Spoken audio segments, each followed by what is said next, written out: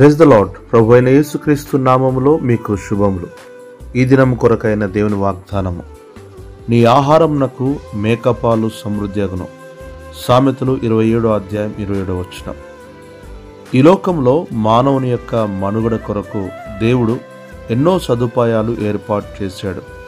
వాటిలో పశువులు కూడా ప్రధానమైనవి. నీ పశువుల స్థితిని జాగ్రత్తగా తెలుసుకునము. నీ మందల యందు మనసు ఉంచుమని వాక్యము సెలవిస్తుంది. వాటిని జాగ్రత్తగా పోషించినప్పుడు వాటి నుండే నీకు, కుటుంబమునకు మరియు నీ పనివారికి కూడా సమృద్ధి కలుగుతుంది. అంటే మనము మంచి కాపరులముగా ఉండాలి. అలాగే దేవుడు మనకిచ్చిన మన పిల్లలను కూడా జాగ్రత్తగా పెంచి పోషించినప్పుడు వారు పెరిగి పెద్దవారై అభివృద్ధిలోనికి వచ్చెదరు. కానీ కొందరు తల్లిదండ్రులు తమ పిల్లలను పెంచుటలో ఎంతో అజాగ్రత్తగా ఉండిన కారణం చేతనే కొన్ని కుటుంబాల యొక్క భవిష్యత్తు అంధకారంలో ఉంటున్నది.